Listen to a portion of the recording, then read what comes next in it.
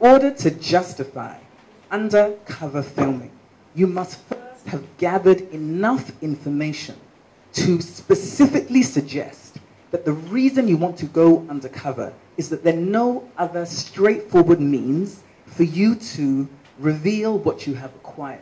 What you cannot do is just say, well, we believe the person is corrupt, we want cameras, we want to go undercover. It's important that we understand the difference. To choose to go undercover as the result of serious research that has uncovered specific information, and that you're now looking to demonstrate, to illuminate what your research has uncovered, is not the same as creating and inducing without any kind of justification. And this is where journalism is not the same as the law. But I know as an investigative journalist that the point at which you go undercover, you do have to, within an international spectrum, you have to sit in front of lawyers. So you have to take all your research to these media lawyers, tell them what you have uncovered, tell them you are now at the point where you want to go undercover. They then will literally go through every piece of your research and require you to justify why you can't get that in normal, straightforward methods, and why you are required to go undercover. When you have satisfied what they are asking, they will then give you a very restricted, very confined method under which you can do the undercover filming. But the point that I'm making is two things. This particular documentary for Anas was in partnership with the BBC. I am an investigative journalist for the BBC. That's where I was trained. So if they were the partners, which would then require them, they would apply that standard to his work. And that is the method by which they used. When lawyers come to court, they're looking for what is admissible as evidence. That is not an investigative journalistic standard. And when we do not understand the difference between one and the other, we keep confusing the two. That doesn't mean that the right to privacy and all those things the gentleman articulated do not apply to the entire nation and its citizens. But it does mean you have to understand what is required of investigative journalism. And the point at which you go undercover, you are literally covering what is you are literally uncovering what is underneath. So it is not a creation. If it were creation, you are then absolutely and must interrogate every method by which the information was acquired. We must also remember that the person who has been targeted with very strong lawyers, that is the strongest argument to make, to have the evidence thrown out as inadmissible in a court of law. That is not what the journalist is seeking to do. And those two different intentions must be understood, because when they're not, we will always discuss it as what he did was illegal. Whereas the definition of undercover filming is this: it is an active lie to uncover the truth. But you cannot use the lie unless you have first acquired enough information. They have to have had enough information to know that Mr. Nyanchachi was capable of doing A, B, C, D. Once they have that, then they can go undercover and say, now we're going to reveal he would do and has done A, B, C, D. But you can't do F, G, H, Z. You can't do the others. You can only do the thing that your research has allowed you to demonstrate. One in which Kwetenate spent months in a remote part of the country as one of the illegal miners, spent days with them, mining the gold himself, just so he becomes part of them, and in the process captures them in the actual act of killing people, selling the illegally mined gold, trading them on the black market, and brings that footage. As against Anas, who has $5,000 plus, who goes into and says, I have money, do you want it? In some instances, people we see in the video say, no, I don't take money for what I do. But if I finish the work and you believe, in the case of the woman at Ghana Sports Authority, and you want to say thank you, that you can do. The money is given to her after the work, but it's captured in the video as you took the bribe, right?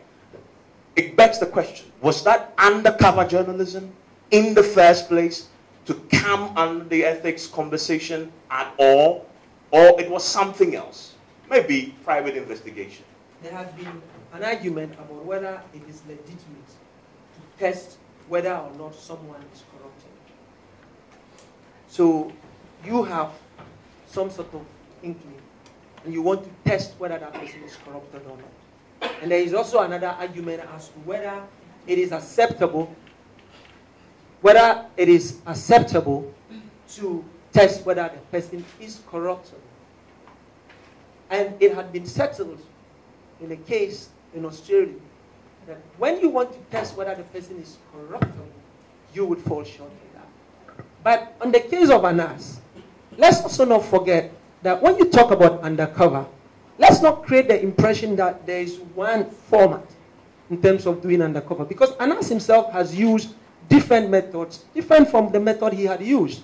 So it all depends on the situation. In the US, they propose a two-pronged approach, the objective and the subjective test. And they said the subjective test is for you to answer the question whether the person has a predisposition to being corrupt. And then once you answer that question, the second question, which would be more objective, is the conduct of the person who is now trying to do the entrapment. And they would take into account the level of, and that's where the 65,000 that you mentioned is very important. They would look at the amount involved, the extent to which you went before you managed to get that person to fall for that. But that's why, whichever way we look at it as journalists, we cannot take away the fact that the issue of admissibility of the evidence is crucial. Because unless we are saying that the journalist is exposing this corruption for exposing sake, and we don't want to achieve something out of that, in other words, we want to make corruption a high-risk venture, and the only way you can do that is to get some prosecution. Now, if you're just only interested in working, right, you're only interested in just naming and shaming, which also has its own positive effect. But ultimately, we want to get to that stage where people would be arrested, would be prosecuted, they will be made to pay back whatever they have taken and all those things. But you can't achieve that if that very evidence in which you are standing is going to be inadmissible in court. Because if that evidence is not admitted in court, then your case has collapsed and all your work has come to naught. So these are issues that we really, really need to look at. And for me, that's why, we have elected representatives. We are engaged in the business of democracy, where it says government by the people, these annoying frames that they use. Now, if we think that we've got to that stage where there is something that is bothering all of us, which is corruption, and we want to find solution to that, nothing stops us from, because now, what we have done is that, if you look at it academically, they say judges don't make law. So the Supreme Court technically don't make law. But because of that ambiguity, and we go to them almost always to interpret some sections of these rights and wrongs, they invariably make laws. And when they make that, whether we like it or not, we are bound by that law. But if we want to take that right or that power out of them, nothing stops us from legislating specifically to give some sort of comfort or some direction to the investigative journalist for him or her to do his work. But we know that security agencies have the preserve of using entrapment. But you can argue that in the case of security agencies, they go through certain scrutiny. They have to go through certain processes, and ultimately, whatever they do would be tested. And that's why sometimes, even the security agencies, when they entrap somebody, the case can collapse because of those things. But does the journalist go through those processes? So if we are trying to extend a right that is the preserve of the security agencies to the journalists, then we might as well start bringing ourselves within the ambit of those requirements. But then there again, you ask yourself, people will say, well, the code of ethics is there to guide us. But the code of ethics, journalism, the profession itself, we've been arguing about who is a journalist, how do you become a journalist, and all these things. And GJA, for instance, is a voluntary organization. You can choose to join, you can choose not to join. So that code of ethics might not necessarily bind you. We've had a situation where over 100 judicial service staff have been terminated in terms of their appointment. If the ECOWAS court, for example, agrees that the evidence that Anas used and the mode of acquisition of the evidence infringed upon the fundamental rights of these persons under international law, was for the ECOWAS court to deal with international law, it can order the reinstatement of all of those people that have been affected, potentially. That is one of the end results of that litigation that is ongoing. It means that despite your good intentions, every single thing that Anas did in the judge's investigation has the potential of being overturned. So, conforming to legal requirements or legal standards is as equally important for the journalist as the ultimate outcome that he seeks, because he works within a legal environment. In Mr. Nyantechi's case, for example, if Mr. Nyantechi is able to go to court and is able to successfully argue in a defamation case, for example, that all the things you accuse him of doing, indeed, he had reasonable explanations for doing that. He may have lost, or he may in a defamation case where if he eventually should win, indeed, the very work that you set yourself out to do could be reversed. Because if he is cleaned by the judicial system, or if the judicial system says that he didn't do anything legally wrong, it means that the very basis for which he resigned, he could go and seek for his reinstatement in those steps. So I'm coming. So it is so important. I just want you to draw that. There are, and indeed, the last bit of it is the issue of compensation, for example. If the things that Anas does is deemed to violate the law, for example, the persons against whom these things affect have a right to compensation. Now, if in the ECOWAS court, for example, Ghana, and that one deals with the state of Ghana, because Ghana is supposed to guarantee the rights of the persons within its jurisdiction. Unfortunately, individuals are not the subjects of international law. But if we even were to come to domestic terrain, and the person against whom the accusations have been made is successful in the case in court and gets compensation, let's say 30 million cedis, 25 million cedis, because of the reputational damages included. You are not only seeing a reversal of the work that you have done, you are actually seeing punitive damages being awarded against you for the very work that you ultimately felt you were doing for the public interest. So I think that it is important for perhaps the regulator. I know they took a first bite at it when they tried to regulate the Ghana Independent, the media with some form of regulation. Yeah, it didn't go too well. But it will be in the interest of the journalist, I think, that at this early stages of us, having this debate about the role of the undercover journalist and the role of the undercover journalist, and what it will be good to put in some regulation. I think it protects the journalists themselves. With international broadcasting organizations, you have the luxury of having in-house counsel to guide. Yeah. Maybe in working, and luckily Anas himself is a lawyer, but for other persons who may want to emulate his work, it might be important to either put in regulation or give them some form of legal assistance to guide the work that they do, so that they don't fall victim to very, very good lawyers. I can tell you, without a shadow of doubt, that in Ghana currently, no journalist can do what Anas is doing. The commission or no regulator interrogates into the production processes of any media house. That in itself would be venturing into matters of prior restraint in order to determine what processes are acceptable and which ones are not. We deal with the output of your work. You understand? So how does this play out? If in the publication of the material there is evidence of discrimination, or there is evidence of lack of fairness, or lack of accuracy or objectivity, that could be of interest to the regulator.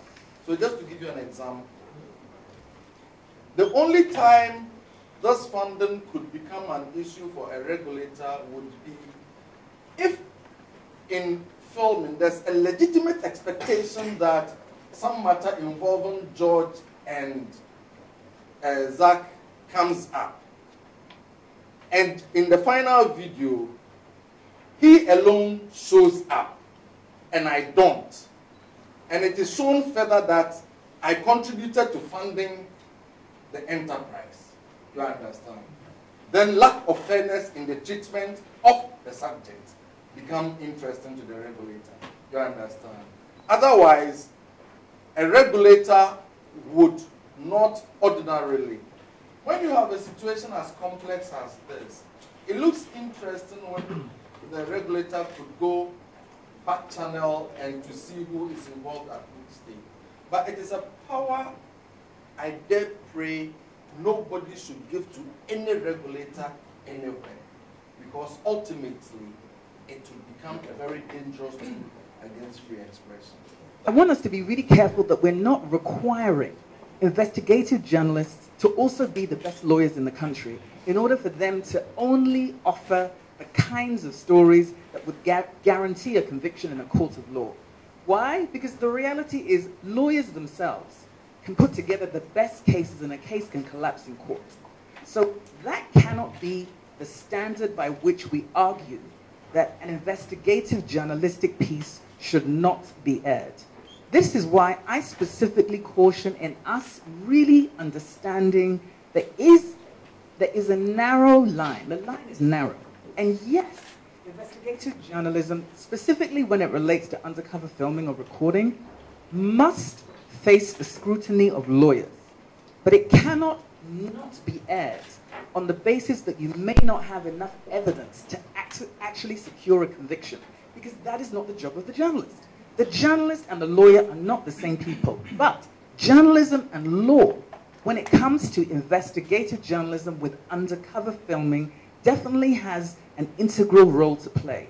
Part of our work in doing this debate is understanding the difference, knowing where they connect, and then, yes, looking at what kinds of safeguards do we put in place to ensure that the investigative journalist is doing the very best job they can within what the law offers. But you cannot say, on the basis that the potential case that a Nyantachi may or may not bring is ultimately successful, that on the basis of that what Anas did was not acceptable. And I think that this is why I call for, we have to understand what investigative journalism is. Otherwise, we literally are asking journalists to become lawyers. And frankly, in Ghana, we know that we are struggling just to be journalists. And to do that in the most effective, professional, and advanced way possible. So I think also that, Tanku spoke about shifting the burden of law onto the investigative journalism and the importance of not doing that. It's also saying that the work of dealing with corruption is the work of a nation, not the work of one single investigative journalist. It is also about strengthening an industry and not simply putting one individual person under the lens of this kind of scrutiny.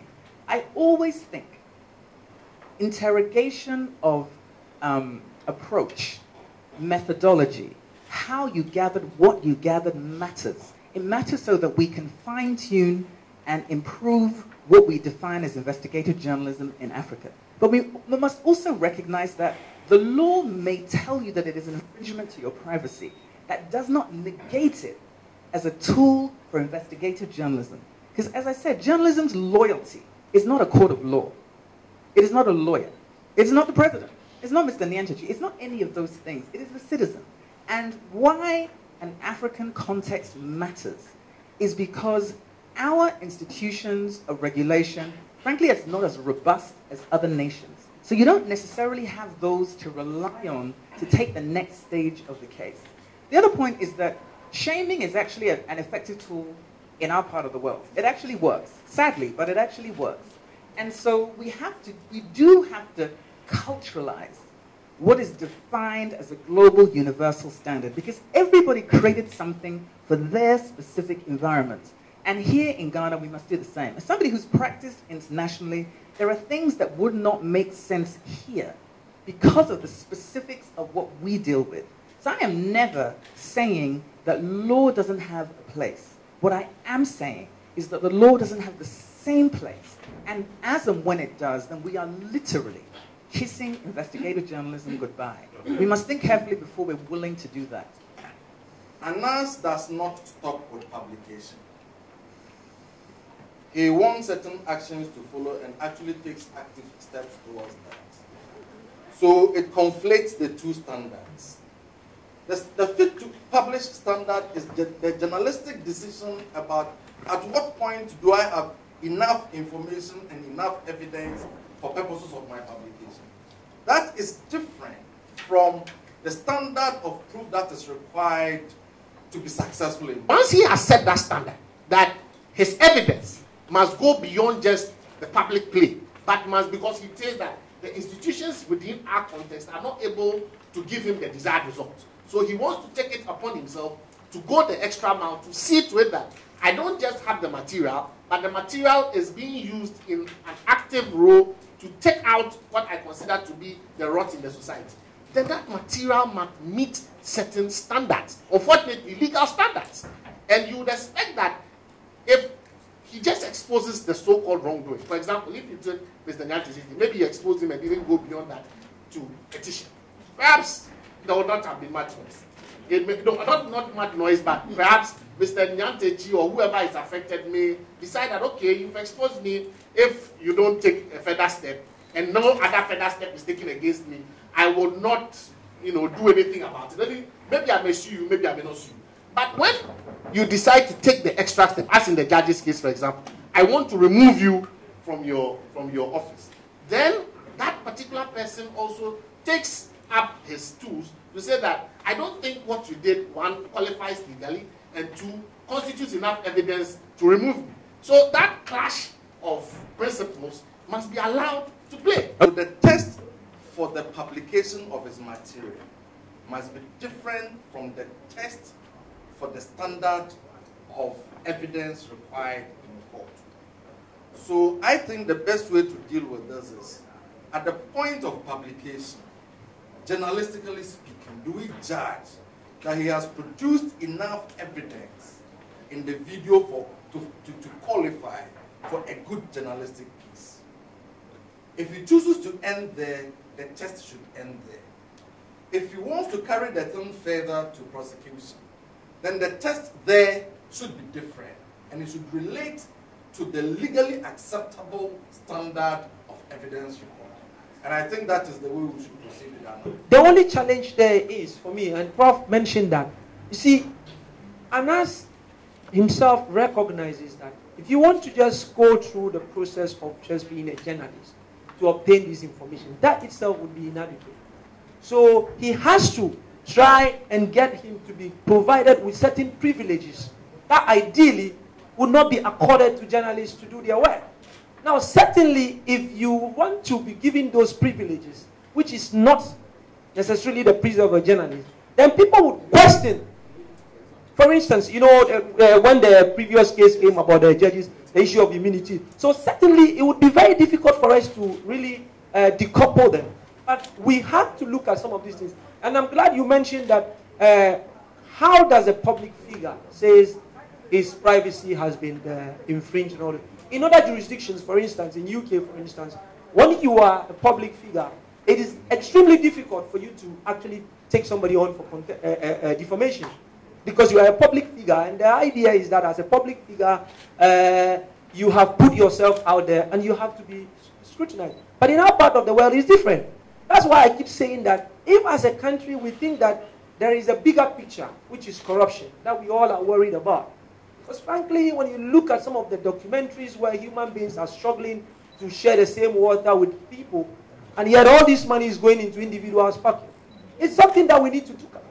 But we have to look at it honestly and say, well, if this is the way we want to go, then we have to make it difficult. Because so long as there is that ambiguity between, and interestingly, There are instances where when you breach just your code of ethics, that's different because then you are not inviting the law to come and deal with you. But some of the investigative practices, you breach privacy and it also breaches the law. For instance, issues about privacy, it's not just about ethics. It's about the law because it's a constitutional requirement. So whether you like it or not, the law would stare you in the face. I work with a particular book, which is what, the Constitution. So what I say, what I reflect, must be in conformity with that particular document. So and in large part, somebody walking into my office aggrieved will be aggrieved about what he perceives to be a wrong done to him. Now my job is to look within the law and to ask myself whether that person has a remedy at law. Now, irrespective of the issues of privacy, privacy does not only entail the fact that I occupy a public office. The fact that I occupy a public office does not mean that I don't have a private life or I don't have a right to privacy. The issue of privacy here is in respect of the recording of my personal audiovisuals. They are personal to me. You understand? You don't have the right. That's why I cannot just see Professor Okapi. I cannot. The thing is this. I cannot see Madame Shamima.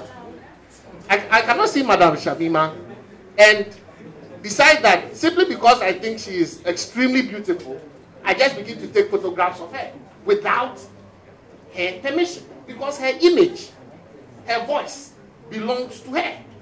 You understand? And you must understand that, because if you don't understand that, you begin not to learn how to respect the private space of people. You understand?